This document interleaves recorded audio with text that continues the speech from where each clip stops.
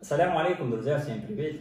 В связи со сложившейся ситуацией вокруг недавно проведенного подкаста с Максимом Дивничем, хочу прояснить некоторые моменты. Неплохо было бы начать свое видеообращение с мудрой русской поговоркой, которая звучит следующим образом. Не кусай руку, которая тебя кормит. Почему я начал именно с этой поговорки, спросите вы меня? А все очень просто. Я на протяжении 10 лет живу и зарабатываю на территории Российской Федерации. И это говорит о том, что с моей стороны было бы неразумно задевать чувств русского народа. Многие меня поняли двусмысленно и начали писать негативные комментарии под видеороликом с Максимом Дивничем. А также хейтеры и мои недоброжелатели начали вырезать небольшие материалы с видеоролика и путем монтажа выставлять меня в плохом свете, что, конечно же, дало свои плоды. Хейтеры и недоброжелатели начали выкладывать смонтированные видеоматериалы во все возможные паблики и социальные сети. Они хотели меня очернить не только перед русскими братьями, но и перед братьями из Таджикистана, Дагестана, Чечни, Узбекистана и другие, поскольку Максим Дивнич задал мне вопрос, касающийся столпов ислама. И, к большому сожалению, я не смог ответить, поскольку я не понял саму суть слов «столб». Я не знал, что это за слово и что это значит. И сказал, что не знаю, и это моя вина. Однако чуть позже я ответил и назвал все столпы ислама только на таджикском, так как учился я на таджикском. А хейтеры и недоброжелатели воспользовались моментом, вырезали этот отрезок в видео и путем монтажа выставили меня в качестве незнающего столпы ислама и начали его выкладывать во все паблики. Потому, дорогие братья и сестры, лучше смотрите видео в первоисточнике полностью до конца, чтобы не было негативного мнения обо мне. Итак, вернемся к хейтерам и недоброжелателям, которые начали подписывать свои видеоролики следующим образом.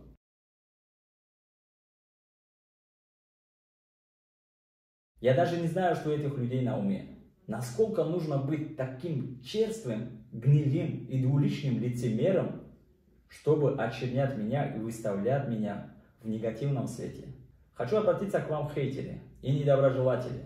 Вы можете сколько угодно лаять, но все равно мой караван будет уверенно идти вперед. Немного отошли от темы. Итак, все же вернемся к подкасту. На территории Российской Федерации у меня очень много достойных братьев, друзей и очень хороших знакомых среди русских, разных возрастов и полов, с которым мы проводим совместные мероприятия, на которых мы угощаем наших соседей, братьев, других хороших знакомых пловом, дарим традиционные таджикские подарки, где-то они нам дарили, где-то мы им дарили. Также хочу добавить, с 2019 года я снимал видеоролики на русском языке, где я говорил о заработке в такси. И под моими видеороликами было множество хороших комментариев от русских, проживающих в разных городах России. После просмотра моих видеороликов многие русские из разных городов России начали приезжать в Москву на заработки в такси и начали зарабатывать хорошие деньги. Со многими я до сих пор держу связь.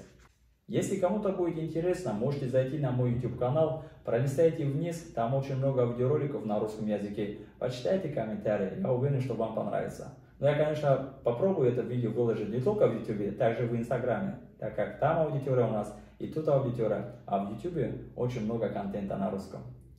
Кроме того, в Инстаграме я иногда выкладывал видеоролики, где помогал старшим, независимо от нации, русским, таджикам, там другим и так далее. Возил их, так скажем, бесплатно. Но нет, я снимал все это на камеру. Вот некоторые из них. Говорите, я вас слушаю, говорите. Я тебя не очень напрягаю. Нет, что вы, если бы у меня какая-то что-то было, я бы вообще со остановку вас не взял. Я бы сказал там, все, я пошел. Денежку тебе. Нет, я же сказал, сегодня день рождения у вас. День рождения, Нет, на работе нет, нормально все. Я же с вами не 200 километров ехал. Нет, дело не в этом. Я Все. хочу, чтобы тебе было хорошо. Спасибо огромное. У меня Я и так хочу, хорошо. чтобы тебе это... Ну вот смотрите, у нас, знаете как, у нас в жизни так происходит. То есть как нас воспитали, как мы видим. Помогать старшим. И такие моменты. Вот Сейчас, за смотрите, это, ты представляешь, вот я вхожу с палкой в автобус, мне вступают вот люди, таджики, узбеки, все. В автобусе Наши сидят, морду отвержена, блядь, наушник. Сегодня у вас день, знаете, такой вообще замечательный. Да не, Как нет? Сегодня у вас поездка бесплатная. почему бесплатно? Вот так вот бесплатно. Да ладно, Нет, я вам серьезно говорю. Я не беру с вас денег. почему? Ну, пусть будет подарок. Да ладно. Спасибо. Что еще раз? Спасибо, говорю. Было бы за что. Да прямо ехай. Да он в наушниках просто, видите, гуляет собака и не Ну, слышит. вот. Пожалуйста, Дед, хорошего дня вам, не болейте. Спасибо. Ну что, Да. действительно не берешь деньги? Не понял еще раз. Не понял, не берешь деньги-то? 5000.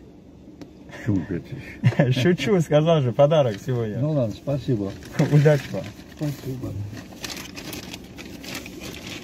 Ты откуда сам родом-то? С Таджикистана.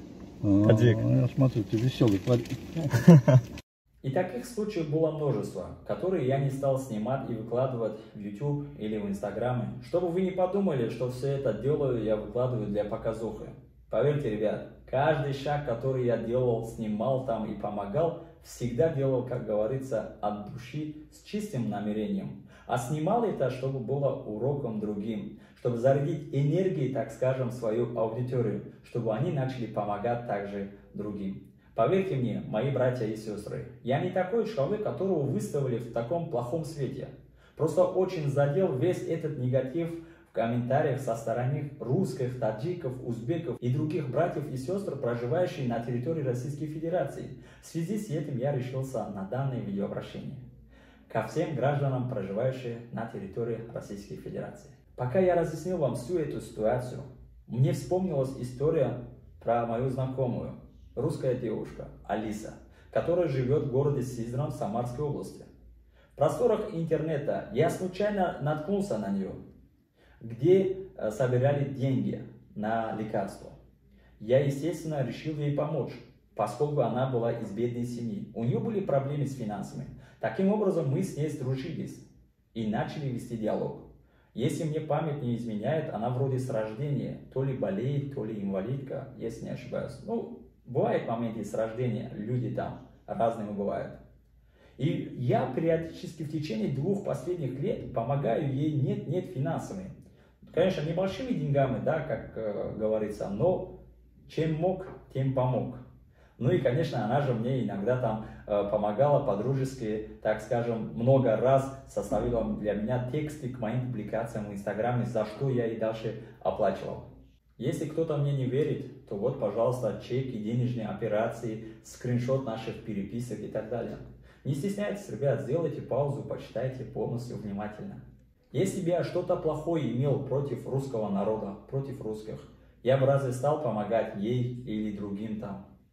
Из-за этих хейтеров и недоброжелателей у граждан, проживающих на территории Российской Федерации, и за ее пределами сложилось плохое мнение и впечатление обо мне. Дорогие мои, все совсем не так, как было донесено до вас хейтерами и недоброжелателями. На протяжении 10 лет я полюбил Россию, ее культуру, ее ценности, ее природу и, конечно же, граждан, которые стали мне очень близки.